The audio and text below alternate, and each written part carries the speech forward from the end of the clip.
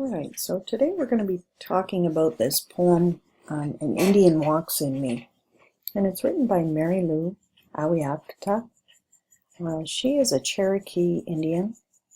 And if you just look at the poem background, we'll talk a little bit about what her life is like.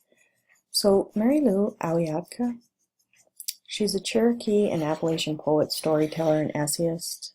She was born in Knoxville. If anybody's been to Tennessee, the mountainside is very similar to what's in the picture here. It's beautiful. She was born in 1936, and she reared in Oak Ridge.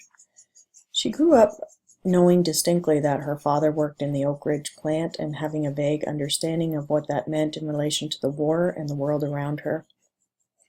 She was quite successful in school. She graduated from the University of Tennessee in 1958. She has a very interesting perspective. When you read this poem, I want you to keep this in mind. She fuses her Cherokee and Appalachian heritage with science, and this has brought her international recognition. If you look at the top quote that's in the corner of this page, it says, "We all carry inside us people who came before us." And her idea of this universal atoms, so we're all connected. Everybody's all connected in the greater scheme of things. It's really an interesting perspective on how she brings her science and her Cherokee roots together. So this poem is called An Indian Walks in Me. We're going to read it together.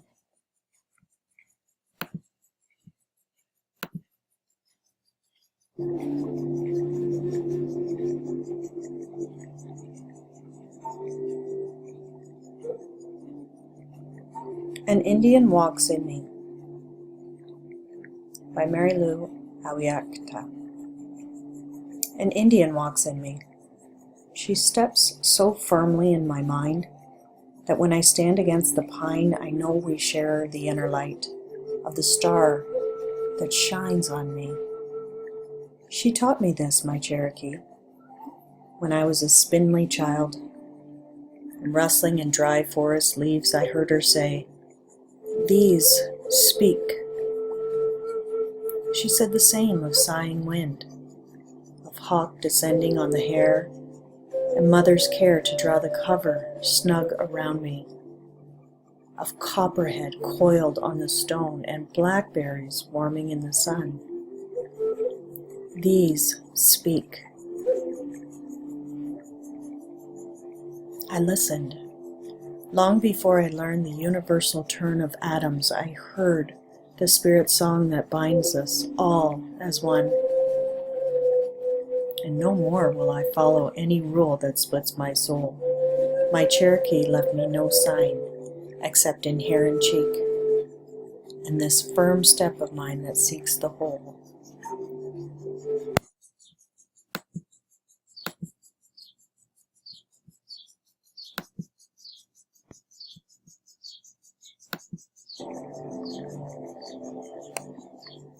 In strength and peace.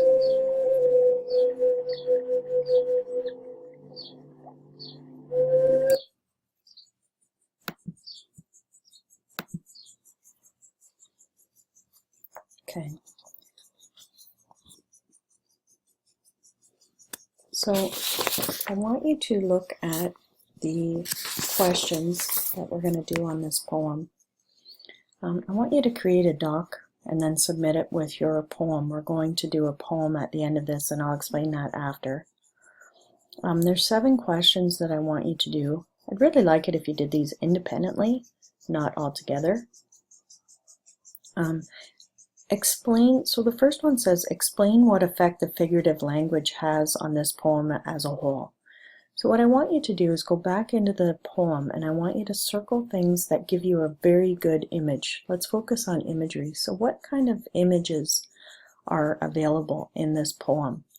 What are the words and phrases that you can actually see, hear, smell, touch, taste in this poem? Number 2, what elements of the poem give it a nostalgic mood? So when you think of nostalgic, when you're thinking back to a good time in your life, is there something in here that gives her like a good feeling of when she was young? Number 3, what would be different if this poem were set in New York instead of on the Appalachian Mountains of Tennessee?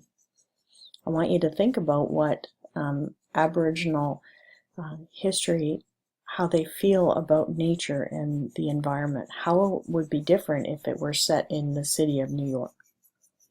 Number 4, what traces of heritage does Awiakta have left? What traces of your heritage do you have left?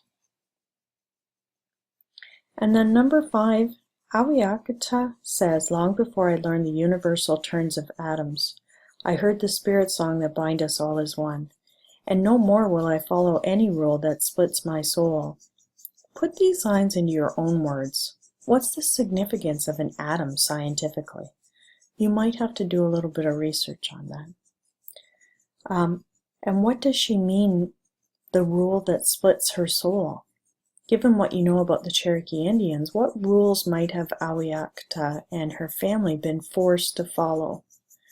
Do you agree or disagree with the assertion that she makes? And would it be true for your life as well? Why or why not? This poem was written in, so number 6, this poem was written and narrated by a Native American. So what perspective or insights would we lose if this poem had been told about the Native Americans from a non-Native American point of view? How would it lose some of its importance if someone non-Native were to tell it? And what's the central message that's conveyed in this poem? How is that message developed?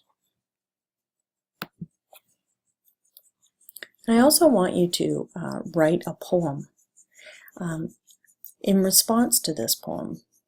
You can use the outline as a guideline. So your poem should express who you are. So a something walks in me. What is your heritage? What do you believe in? What are the things that you believe make you who you are as a person? I am, I wonder, I hear, I see, I want. I am, I pretend, I feel, I touch, I worry, I cry. I am. I understand, I say, I dream, I try, I hope, I am. And I did a little example for you of how I would respond to this. So mine is an educator walks in me. I'm a teacher. I wonder if I'm worthy of this role. I hear my students laughing. I see my students' pain. I want them to soar like the eagle. I'm an educator. I pretend I am not affected by stress. I feel so exhilarated when they have success. I touch lives. I worry about everything. I cry with pride over who they are as people. I'm a guide. I understand I cannot help everyone. I say words of truth. I dream my students will see themselves through my eyes. I try. Well, there is no try. I hope that they know who they are. I'm a teacher.